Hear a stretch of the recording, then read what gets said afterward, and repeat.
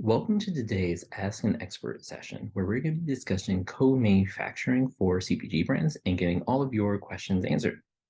Joining me today for this session are Rick Williams and Paul Vilker from JPG Resources.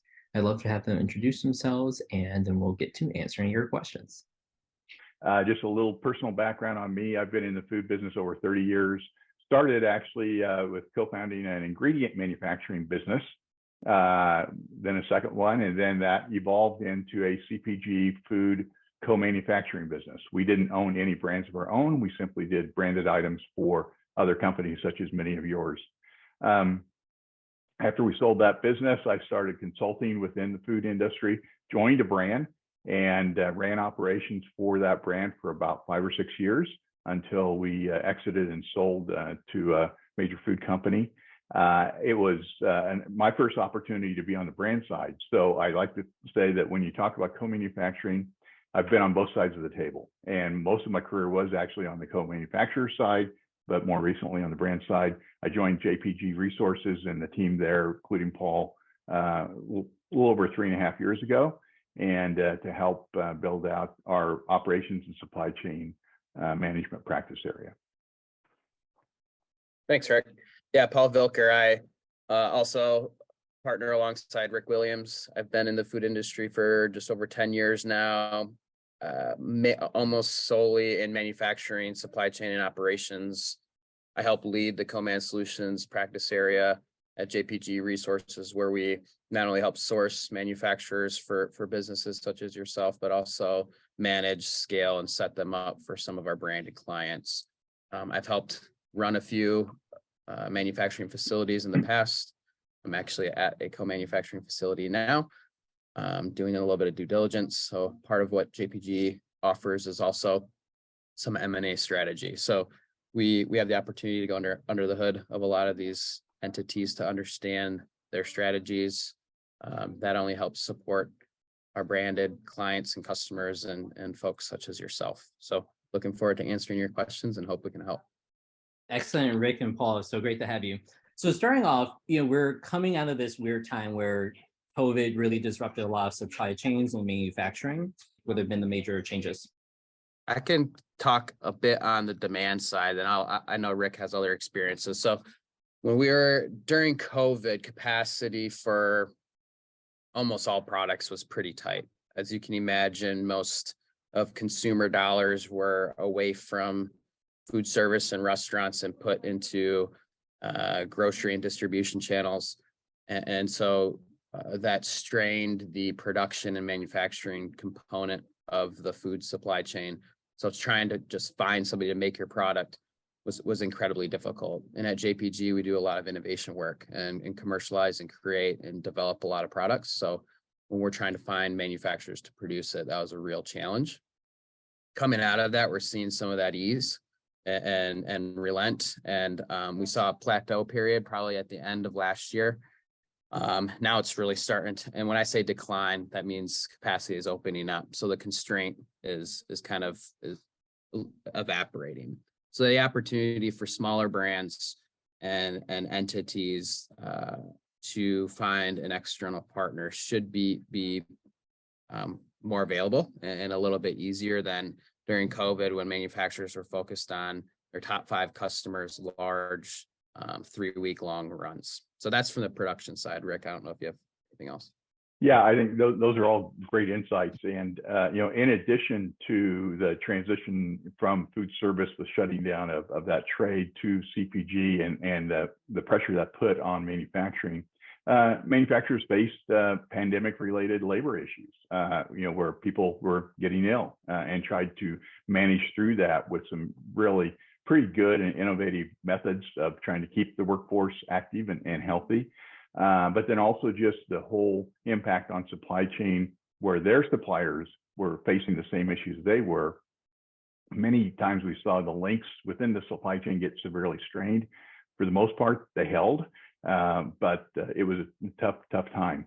We are seeing, as Paul mentioned, we're coming away from that, seeing getting a healthier, more robust opportunity to find manufacturers. No, I really appreciate that sentiment. On the labor side, have you seen the labor issues resolve more so where manufacturers have more steady kind of production capacity, or are you still seeing fluctuations? Labor's Great tight. question. I'm Yeah, sorry, go ahead. Yeah, no, I'll go just go jump for it. in quickly. Labor continues to be tight. One thing that we've seen, certainly, and across the, I guess, the whole economy, is that the cost of labor is going up. So that is impacting operating costs for manufacturers, and that gets passed through to their brands in the form of increased tolling. But I think that, my perspective is that for the most part, we're seeing an improvement with it, but continuing to see tight labor, particularly in some locales. Yeah, I was just gonna say, a lot of it kind of depends on geography as well, but holistically, from a broad perspective, yeah, it's still, we're not out of it yet. Yeah, one challenge I heard about was the fact that with Amazon and warehouses opening up across the country, they've actually pulled a lot of that labor pool that were working at places like co-manufacturers with higher wages, and saw a decrease in the labor pool from that. I'm not sure. Have you seen kind of that maybe start to subside, or have you seen that be an issue? I'm Certainly. based out of Grand Rapids, so we had a 1 million square foot facility go up in the last 3 years, which within 6 months raised the labor rate just with that facility going in alone. So yes, absolutely. We had a question in the chat. Do you think that the labor market will ever return, or how long it will take? Not sure if you have that perspective. I think that's the question on every economist's mind, but not sure if you see a perspective on that. Yeah, there's a reason they called economics the dismal science. The cloudy balls are always very cloudy, and the crystal balls are very cloudy. So, I think we're going to continue to see a tight labor market. There's going to be a lot of competition for labor, and it's just, operators are going to have to manage through that. I'd love to invite up Rhea. If you want to come off of mute or able to and ask your question. She had a question on manufacturing in the same state. Oh, hi everybody. I have zero experience in the beverage space, and I'm interested in creating a drink mix company, like a beverage company that's powdered, like similar to like Liquid IQ, True Lemon. And I'm curious, I'm in New York City, I'm born and raised, I've never lived outside of New York City. Is it best to work with a co-packer that is in the same state as in New York, that's in New York City? Or like what would be the pros and cons? Or is it okay to work with a co-packer that's not in the same state as I reside in? I'm just curious how that works. I think there's a lot of inputs to that decision. So I'll try and break it down as best as I can. I think the first question is, does your demand call for it? So is it, do you require capacity that doesn't necessarily exist in New York City? That's the first question. If not, and you're able to, secure that within the geography in which you live at a commercial kitchen, or put some sweat equity behind it, that also works as well. But I think to truly answer your question, it truly depends on your business model and your strategy, who you're selling to. Are you national or are you regional? Are you, do you have specific distribution that requires any sort of requirements? So I think when we work with our brands and are asked to find co-manufacturers, there's two key things that we ask for to help vet, which is, what's your volume and what's your demand plan? So we need to know how that will match up with their strategic production partner and if it aligns with their strategy. So obviously there's benefits, right? If you have somebody local that you can partner with, but if it requires specific technology or equipment that just necessarily isn't available in your space, or in New York, for example, then you're going to have to go out further to support those functions. Okay, thank you so much. And then, Paul, would you suggest that founders, especially first-time founders, are present at the manufacturing facilities for the first number of runs? Absolutely have somebody involved, whether it's the founder or somebody that you have hired that understands the technical requirements of a production trial or production related competencies. The way that JPG sets it up, for example, is we have our product developers that are there. We often have founders alongside those developers that understand the technical side of it. So yes, absolutely would recommend it. Awesome. And then Dennis had a question that he dropped into the chat, which is, how do you negotiate minimum order quantities? Dennis, do you want to come off of mute and maybe add a little bit more context? Yeah, I think one of the challenges that we use as founders is there is always these MOQs that the price basically affects quite a lot. Some of the co-packers, they want us to produce larger volumes, and we are price oriented because either we are bootstraps and we are starting our business, so we're very money conscious. Yeah, and that let me jump in here, Paul. I think that certainly is a challenge with a startup, and most in most cases it's something that is going to be difficult for you to manage through until you get some real demand build up for the product. Many opportunities exist with co-manufacturers to sell your brand to them. Almost as though you were selling it to a customer or to an investor, and let them know this is our plan, this is where we are going to go with it. And so to try to get some flexibilities with MOQs, or to get them to buy in that, yes, you've got a good plan and we want to be part of this. So it comes down to negotiation early on. Certainly at lower MOQs, your costs are going to be higher, and that's something that's going to challenge your margins. But as long as you've got a pathway that you can get to investable margins with the brand, that's something that's important to build out as far as what that pathway looks like with your co-man. Very nice. It sounds very good. Yeah. I mean, but I think along with that, are there certain manufacturers that you found that have like lower MOQs to work with brands, and do you see any trade-offs to working with companies like that? Yeah, and Paul's certainly more engaged with our co-man solutions group as far as in finding co-manufacturers. And part of what they do when they go out and investigate is understand what the capacity needs are, and building out a plan and RFI based on that. Also, in some cases, co-mans may have smaller capacity lines or even pilot lines that could be used for startup to initially begin production. Paul, you might have some good insights there. Yeah, I was going to, so to answer your question too, Dennis, in a different way, is negotiating MOQs is a pretty difficult endeavor if you're a smaller brand. I'm just going to be transparent with you. And so, I just see Jeff here had a good point, and it's true. Like, manufacturers, as long as they understand your plan, right? They're your strategic partner, right? They're not, a spot buy supplier that you're buying peanuts from. So like the level of collaboration and communication should be heightened in terms of your other partners. And so with that, as long as they understand what your plan is, what your forecast is, how you plan to grow your brand, what other new distribution channels are you getting into, that will give them the confidence that they're working with a winning company and may be able to offer you some concessions down the road. But if you're continuing to buy 5,000 units at a time, once a quarter for the last 3 years, frankly, they're going to look for somebody that can use that line time that's going to build into 15,000 to 20,000 to 50,000 unit order quantities, over in the future.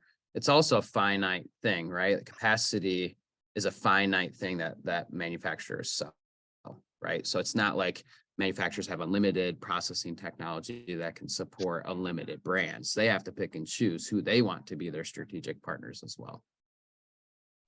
Paul, is it common for brands to find one manufacturer from the beginning and stay with them throughout their life cycle, or do brands typically switch 2, 3, 4 times as they scale, depending on capacity? It's a great question. I think it kind of depends. If it's a smaller, as Dennis mentioned, bootstrap brand, you may start with a smaller manufacturer that can handle smaller runs. And then as you grow, maybe it may not it may not be cost effective anymore, or you may run out of capacity, or you start selling on the West Coast and you need redundancy in your supply chain, so you bring on another partner. But we have absolutely seen brands graduate, is the way we like to call it, from a smaller manufacturer to, other manufacturers. But again, like we have also seen it where they've started with the original manufacturer and they've both grown alongside each other and have had win-win scenarios. And then they reviewed their MSA and their contracts, on a yearly basis, and it's created a win-win partnership. So it can go both ways. Excellent. Jonathan had a question around working with USDA meat co-packers. Jonathan, do you want to come on and ask your question?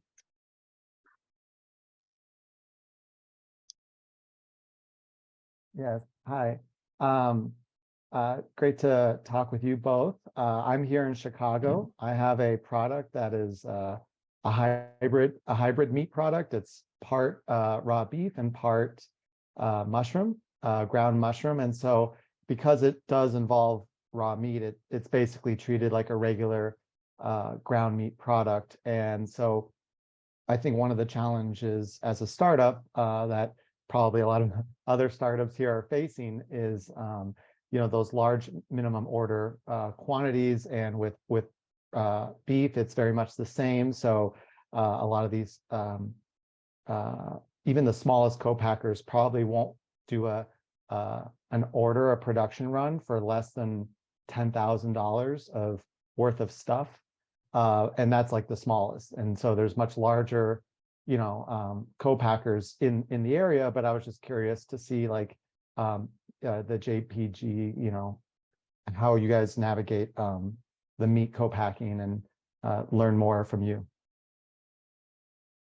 Well, let me touch on the first point of your question, and then we can try to jump into the USDA meat piece of it. When I hear stories such as yours, Jonathan, it's we view businesses in essentially kind of distinct buckets. You have your supply side and you have your demand side. What are you going to do on your supply side? What are you going to do on your demand side? And how can those merge together to create a sound business strategy and business model?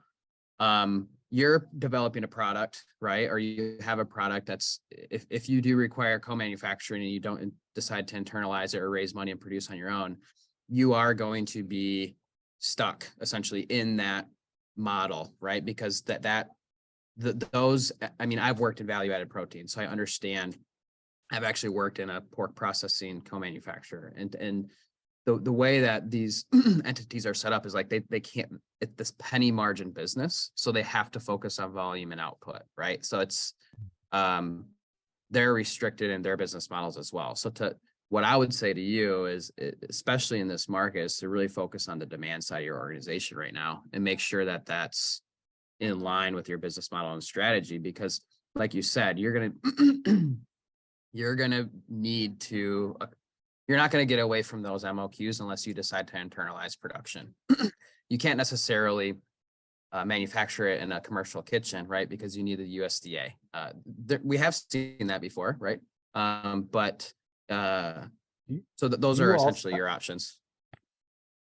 Thank you, Paul. And in addition to USDA, because that would be also selling like with the intent to sell nationally. Whereas, for me, I wouldn't mind just starting off just in Illinois, because it's a big enough, Chicago's a big enough market.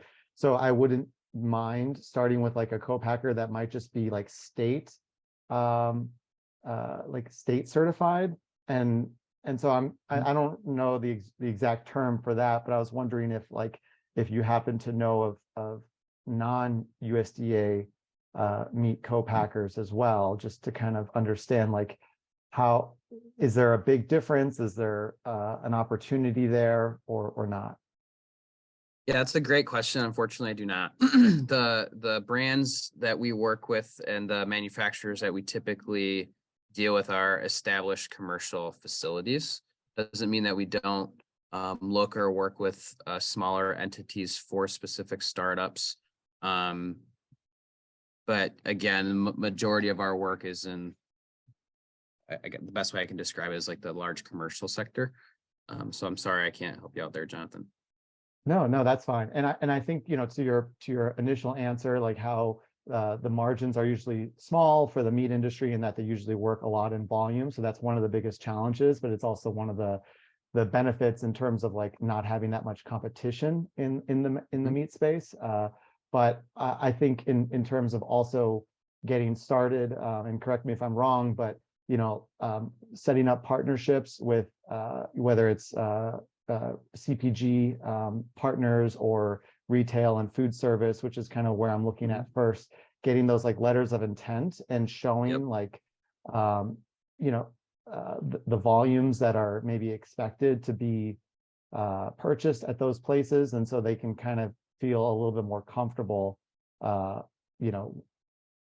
setting up a production run, because at least there shows that there is a demand already waiting for this product. I would also recommend going to academia. So I know University of Wisconsin has a huge meat packing lab and facility there that we've done quite a bit of work in. They do have, I believe, now they have the capability of selling commercial food grade product out of there. I'm not saying that they'll be your strategic partner long term. Michigan State also has a fairly decent program. So yeah, I would recommend if you want to go down the co-packing route, I think you could start there for sure. Have you connected with representatives from either of those two schools? Indeed. So Jonathan, what I can do is share the information with Paul after, and then you can reach out and see. Awesome. Connect on that. Thank you. Thanks, everyone. All right, Laura, you had a question on financing options available for manufacturers. Do you want to come up and ask your question to our panelists? Hi, I'm calling from Canada, and I've got a couple clients here in Canada looking to move their operations to the US just because of shipping logistics costs and looking for co-mans. At the same time, they're in the, I would say the medium size stage, and just having trouble trying to finance it. If there's any options in terms of that available for companies. Well, so for you're looking for financing to support the brand and getting into U.S. markets and just not the brand itself, but just in the manufacturing space here in Canada, we do have that kind of available funding by our government. But if there's any sort of a trade agreement that's available.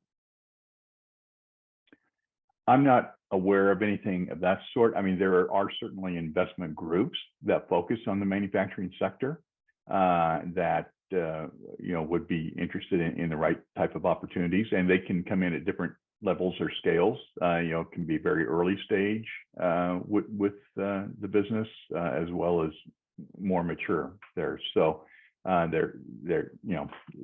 a possibility. I guess as far as any sort of government programs, I'm not familiar with any. Paul, you having experience with that? Not directly, no. Okay, thank you so much for your spending time with me. I see Jonathan added one to the chat, the Export-Import Bank of the United States for working capital loans. And then I also added in kickfurther.com. They do require you to, I think, be doing at least $100,000 in revenue or more, but they provide inventory financing to brands to be able to support that. And they have an interesting kind of crowdsource model for it. Laura, was it on the brand side or the manufacturing side? Or manufacturing. Both? Sorry, I should put. Okay. So you mean contract manufacturers? Correct. Okay. Yeah. Yeah. So I guess what I can tell you is, it looks like you're getting pointed towards some decent resources to get started. Mm-hmm. What I can say is that during COVID, the brand multiple for investment was much higher than the asset multiple. So if somebody's looking to invest in a manufacturing facility, it was I guess the market was hotter on the branded side. We're seeing that kind of shift now, where some of these PE firms, these VE funds, or even standalone funds are more interested in these assets, right? So that's our perspective on that. I'm not sure if that technically helps you, but we believe that the susceptibility of achieving financing is easier for the assets than on the branded. Now, when it comes to debt financing, that's different, right? With these bank failures on the West Coast, Yeah. debt financing and the Small Business Administration and lots of Midwest and East Coast communities right now. I'm not sure about the Southeast, Middle America or West Coast. These banks are not willing to fund some of these smaller ventures. So just that's something to watch out for as well. Got it. And Paul, you're talking about CapEx just on equipment primarily, right? It depends. Working capital too. So Oh, great. Oh, okay. So I think it just depends on what you need. But yeah, so it also depends on what you're willing to exchange as well. Awesome. Great answers. Thank you guys. Yeah, thank you for your question. All right, we had a question in the chat from Deepika, who asked around negotiating payment terms with a co-packer. Do you want to come on audio and ask your question if you're able to? Yes, thank you so much. It's been so helpful, all the insights and tips so far. I'm Deepika, and I have a sustainable bottled water business. We're a small brand, but we have a stable co-packer. So I have two questions. One is, what are some of the elements that you look for in a standard co-packing agreement that are in favor of the founder? And the second one is, any tips on negotiating payment terms? Because right now it's all like paying in advance to the co-packer and the checks are getting larger and I don't get paid until, let's say, net 30. So any tips on negotiating that would be helpful. Thank you. I can jump in first here, Paul. As far as key components of a contract, I mean, some important aspects are, one, transparency with regard to the pricing model. What the input costs are, how they're broken out, and so that it gives you an opportunity to collaborate with your manufacturer to find ways to optimize and reduce those costs. Where are the pinch points for them in the process that are contributing to higher costs. The other thing is protection of your IP, not only your brand and trademarks and such, but your formulas, everything that you own it, and that's very clear within the agreement. So you want to protect your intellectual property there. Another thing is just that you have appropriate access to information, the facilities as needed to assure quality and food safety standards are adhered to, and that the terms and conditions are being followed in your contract there. So those are some things. On the payment side, yeah, it's difficult. When it's not uncommon that a prepayment is required at the startup, but there ought to be a pathway, particularly as the business grows, to starting to get terms with the manufacturer. And if you're pre-selling the inventory, certainly there's you've got a demonstrable cash flow coming in that's going to protect them there. So it comes down to a matter of negotiation, and I don't have any silver bullet that I can think of. Maybe Paul does here on how to go about that. No, good answer, Rick. I think the only color I'd add there is, well, I guess the first question is, do you have a contract in place now? Yes, and that's like standard and nothing that stands out that I need to protect, or maybe I don't even know what are those terms to look for which are in favor. I think one of the things that was flagged is access to safety and safety, or just related to their manufacturing facility. I don't see that in the contract yet, so maybe I'm going to go look for it, because I need to, there's something happening like an inspection or something goes wrong. Right. Yeah, I would recommend reviewing that. And my question was specifically related to, is there any payment terms defined in your contract?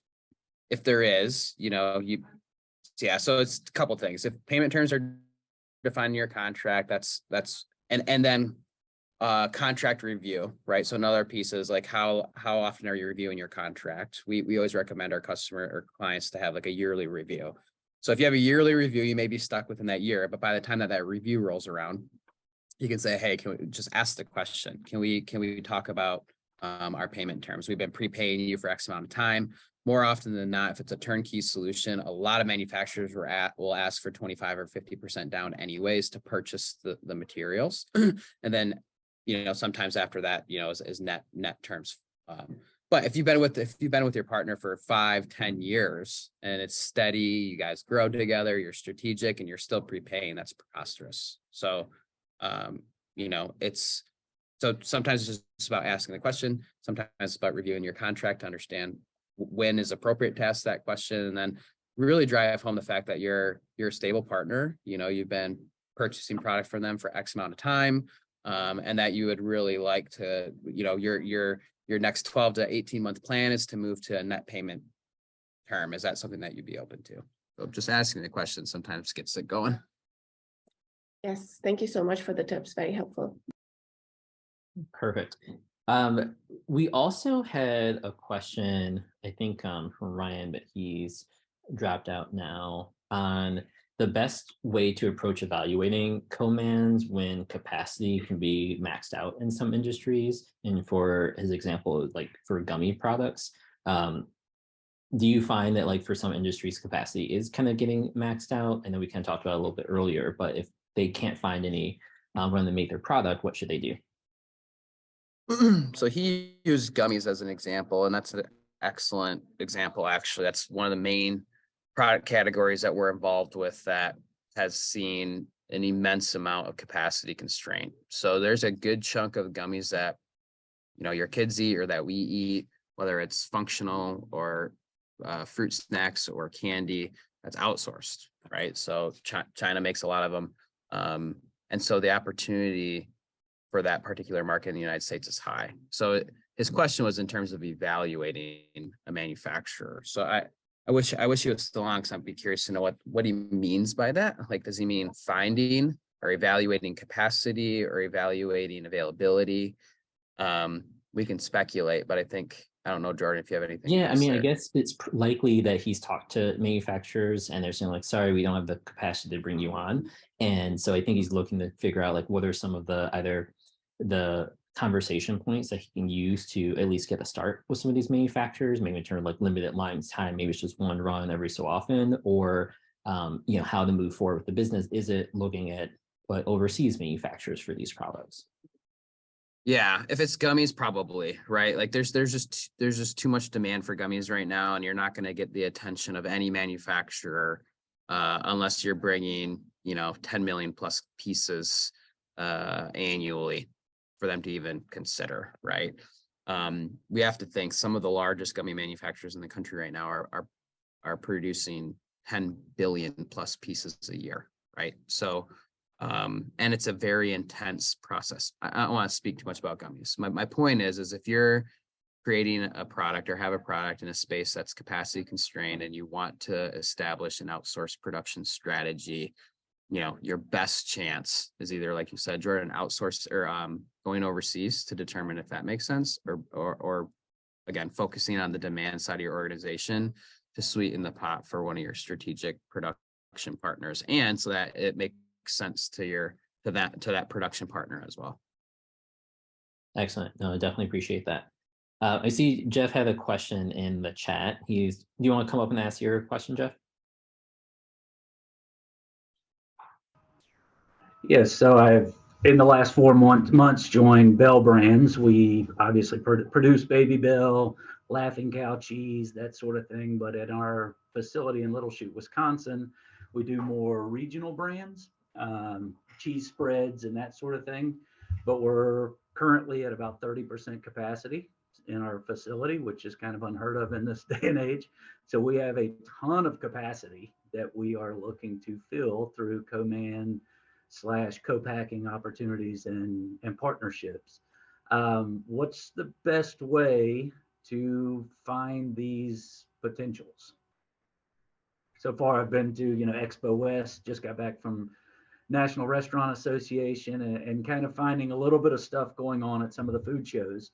But is there anything else other than getting involved in things like this that could drive that business?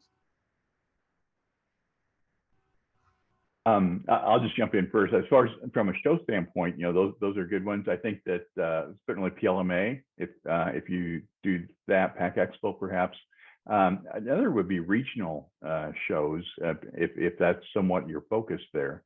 For instance, IFT, Institute of Food Technology, they have regional expos that are like a tabletop half-day show. But another thing is networking. finding the trade associations that you really want to target and getting involved in those and networking with the people that are part of that, or working with groups that their job is to go out and find co-manufacturing for brands, such as the group that Paul co-leads with JPG here. Paul, Yeah, I'd say,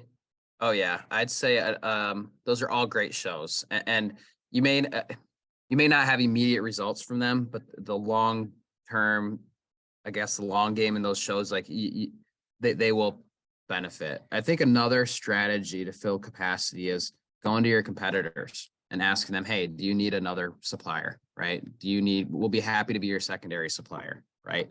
And do you need, asking them, do they need redundancy in their supply chain?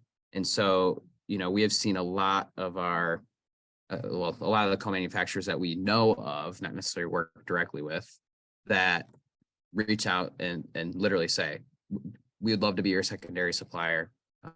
Can we get you set up if you need some overfill? We'd love to run one production for you. What's your cost structure? And then eventually they build those relationships where they become the main supplier, right? So that's another way that you can do it as well. Paul, I'm curious too, as a little bit of a follow-up on that, and Jeff, maybe you have some thoughts on this too. Have you seen innovation on the emerging brand side of brands looking to launch cheese-related products?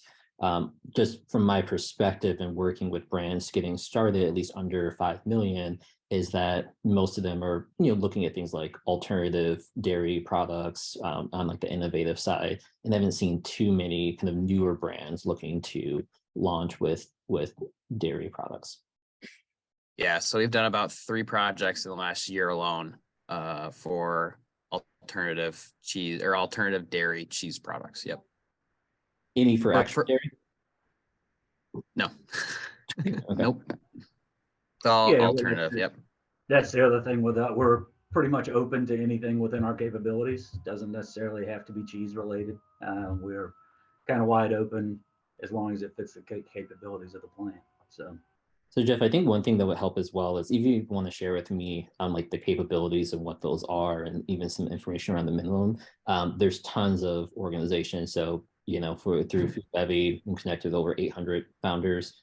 Through Startup CPG is much larger as well. There's Naturally Network, all organizations where you can reach founders. But I think it'll be important to make that connection as well in terms of what the capabilities are, so that you can say, hey, it's not just dairy, it's not just cheese, but this is kind of the things that you can create. And the fact that you're open and looking for partners, I think is a huge opportunity there. Okay. We also maintain a database of co-manufacturers in which we use and offer and sell our services to brands that need co-manufacturers. So we'd love to have a conversation with you too, Jeff, to get your capabilities in our database. So if we do have a brand or a customer come in that would be a good fit for your capabilities, we can put you in touch. Okay, sounds good. And keeping your website current with your capabilities as you develop new capabilities. Make sure that you're exposing that to the world there and in a searchable format, so that people start Googling what they're looking for, that you come up on the list there. Okay. Yeah, paying for Google to have your name come at the top, like let's say you have like, I don't know, pasteurization or whatever, right? Like paying for that so that you show up on the first page in Google is worth it. Trust me. Okay. Thanks, guys. Excellent. Thanks for that. We have a question that's really interesting from Melanie on the use of AI in contract writing and relationship building. Melanie, do you want to come up and ask your question?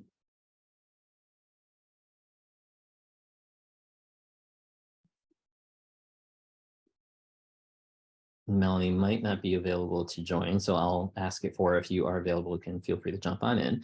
But she asked, have you considered using AI and tools like ChatGPT and others to assist in writing contracts or building relationships? There's actually just an article that I shared around how Walmart was starting to negotiate with suppliers using AI as well.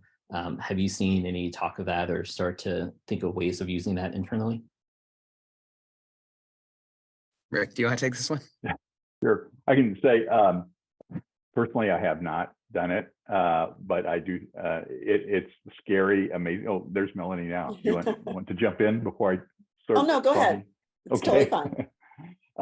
it is scary, amazing the capability that AI offers there, and it can certainly provide you with an initial template, if you will, for such documents. I have not personally gone that route. I've kind of developed templates that I'm comfortable with over the past many years, and using that as a starting point in the contracts that we work with for our clients there. But Paul is probably a little more experienced in this category than am I. Yeah, I use it. Yeah, I guess I'll share my personal belief is that people who don't use it are going to be left behind. So my recommendation is to figure out ways to help the AI technology optimize and increase your productivity. So outside of Paul's personal beliefs is when it comes to contract writing, sure, I think it probably can provide some infrastructure and templated type support there. But, I would always recommend to run it by legal counsel, right? But in terms of like developing the framework, for sure, I think, but again, they're not lawyers, right? They're not M&A or MSA strategists or anything like that. Like the AI is it pulls the information from the internet and probably can put together a decent template for you. Absolutely. But again, I just recommend that you run it by legal counsel. And then in terms of like relationship building, so what I hear or what I think of when I hear that is, how do you write emails? How do you provide recommendations on LinkedIn? How do you send thank you cards? Like all that kind of stuff, right? And my answer to you is yes. If that, yeah, why not, right? Thank you. Yeah, I'm fairly new to this industry in terms of what I do, content creation. So I was just really curious to see what kind of, the insight that the industry is leaning toward and if they're embracing this kind of technology. Yeah, I would say so. So everywhere we go, at least we're hearing about it. Okay. For the most part. And then in your industry, so like my family, most of my family is in media as well, and it's completely taken over, right? Like my mom works for a news station. My stepdad works for a national radio station, and so all the content that they're working on is basically essentially 90% of it is outsourced to AI technology. So I think that's going to start trickling its way into other industries sooner rather than later, I think. Great. Thank you, Paul. Thank you, Rick. Thanks for that. I think it's good. I mean, and just for context as well, some things I'm experimenting with. So from this conversation is recorded and we'll have an hour-long transcript. And I'll be following up with an article written that sums up key points from this. And so I'll likely be using AI tools to help me with structuring that outline, taking the transcript, turning it into a coherent article and piece, and then I'll go back through and refine and make sure everything was accurate and set. But I think that's one way around content building as well. Great, thank you. Rick and Paul, another question. Jordan, you went on mute. So, So Rick and Paul, one question I had come in directly that I'll just ask you is what to do in a situation where you're starting out and a manufacturer won't sign a contract or agreement with you, and they're saying, hey, let's just get started and do a test run and see what happens. What do you do in those situations? And that's not an uncommon situation, particularly with startups. And in some ways, it's not bad for the startup from the standpoint of you may or may not know exactly what you need and are looking for in a manufacturer. So so there's a bit of a discovery period for both sides to do that. I think it is important to have, if nothing else, at least a development contract so that you can get to through the commercialization process and make sure that you're protecting your IP, your formulas such there, and what the duties and responsibilities are of each party with it. So as far as having a full-fledged MSA, not necessary from the get-go, but you do need to have some sort of structure and agreement with regard to the stage that you're in at that point. At the minimum, would you suggest like writing that in an email and then at least having a correspondence that say like, yes, I agree with all that? Right, and some sort of an acknowledgement there, and then even when you get to doing runs, make sure you've got a PO that's complete and got any terms and conditions in there that you need with regard to the work that's going to be done and the expectations there.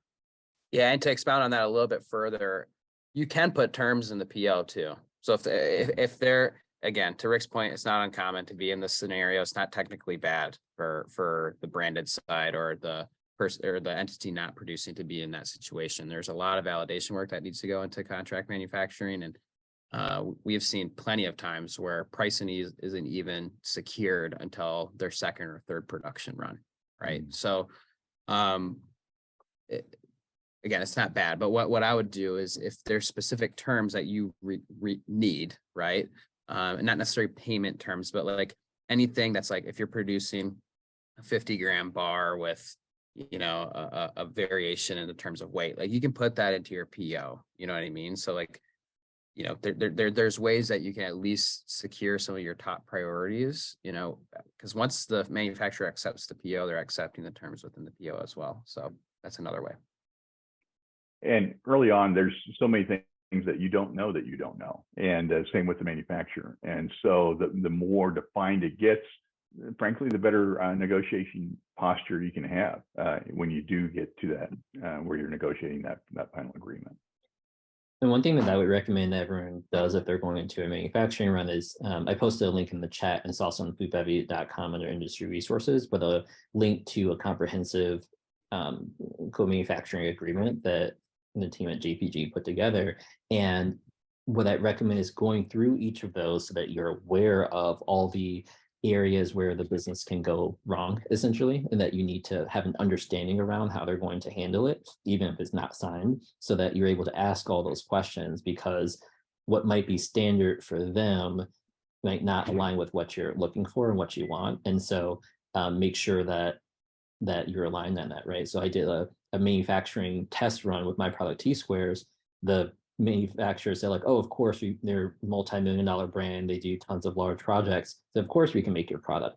We bought $10,000 in ingredients for the test. The actual line time was like $7,000 to $10,000. And after 8 hours, we had 0 product produced from it. The ingredient was lost. The line time was lost. And as an early brand, that was really devastating. And guess what, right? Like we had to take the entire cost of that. And so that's part of it, but just make sure you have kind of stops in there to understand what you're responsible for and what you're not in case things go wrong, because as Paul and Rick can tell you, things will go wrong. It just depends on when and where. And again, I know this isn't everybody's favorite, but I always recommend to run it by legal counsel. You know, you don't need to understand the dense language. You just need to understand like how you want to be protected. If you need guidance on that, ask for guidance there. We're obviously talking to panelists such as ourselves, we can help you in that regard. But and I'm not saying lawyers are the end all be all solution, but they definitely can potentially uncover some things that you just don't know, right? And so it's to me, it's worth the investment. Perfect. And then wrapping up, Paul and Rick, what are some of the top mistakes that you see emerging brands kind of making and working with manufacturers? I know we've discussed a lot, but any ones that we haven't discussed yet that are important for the people on the call to really listen to and pay attention to? I'll be candid. Some is thinking that they actually need an outsourced strategy, right? We often help our brands figure out their path to make strategy. You know, contract manufacturing is one of them. A lot of people want that for a variety of reasons. They don't know manufacturing. They don't want to put the work in to do it themselves. They have other areas of expertise that are complementary to their business. But again, like a lot of mistakes that we have seen is people who think that they need an outsourced strategy or may not have a robust enough business model to support an outsourced strategy, then go and try and execute it and fail. So, you know, sweat equity and doing it yourself, that there's really something to be said there. And, or partnering with a commercial kitchen, right? Where it's kind of semi yourself, semi not, to really prove your concept. We have seen it work a lot in that regard as well. So that's, you know, that's my 2 cents, Rick. Yeah, and I agree with that entirely. Once you get to the point where an outsourced strategy does make sense, I think a real key is to be collaborative with your manufacturer. and understand they have business needs too. Frequently, founders will go in and be very demanding and have certain guardrails that puts the manufacturer in a box that just isn't viable for them. So it really requires open, honest communication and collaboration to get to that point. We've all dealt with that sort of situation. So I think that understanding that a good relationship has to be good for both parties in the relationship, whether it's personal or business. And in this case, that's certainly true. I love that, Rick. A couple of last minute questions came in regards to attorneys. Are there certain attorneys that are familiar with working with co-manufacturers that you should kind of seek out and find?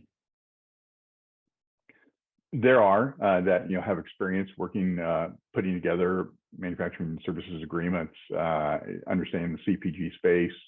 There's many out there that really kind of specialize in that. And as you get involved in the trade, you can certainly talk to friends there, and you'll find that there are attorneys attending these trade shows too, that on behalf working with clients there.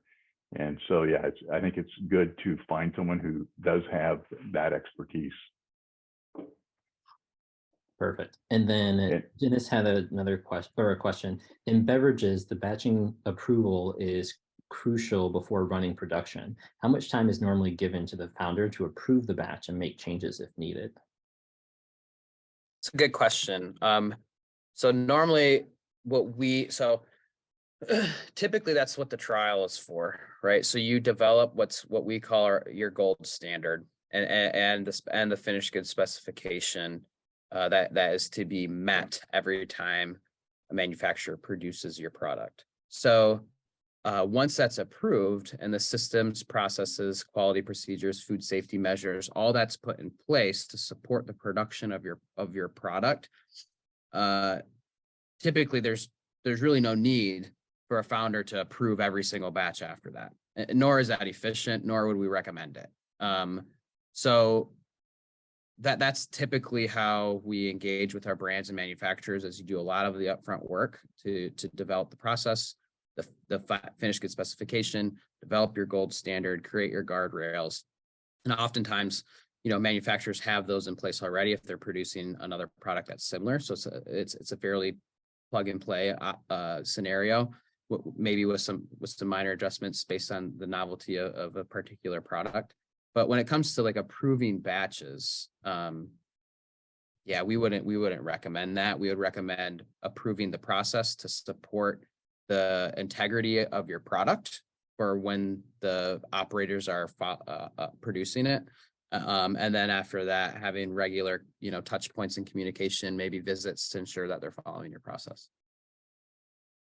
And part of that specification building process is not only finding your target and establishing the gold standards, but setting your upper and lower limits within the ranges that are acceptable there. And as long as your manufacturer is operating within those ranges, you know that you're within spec.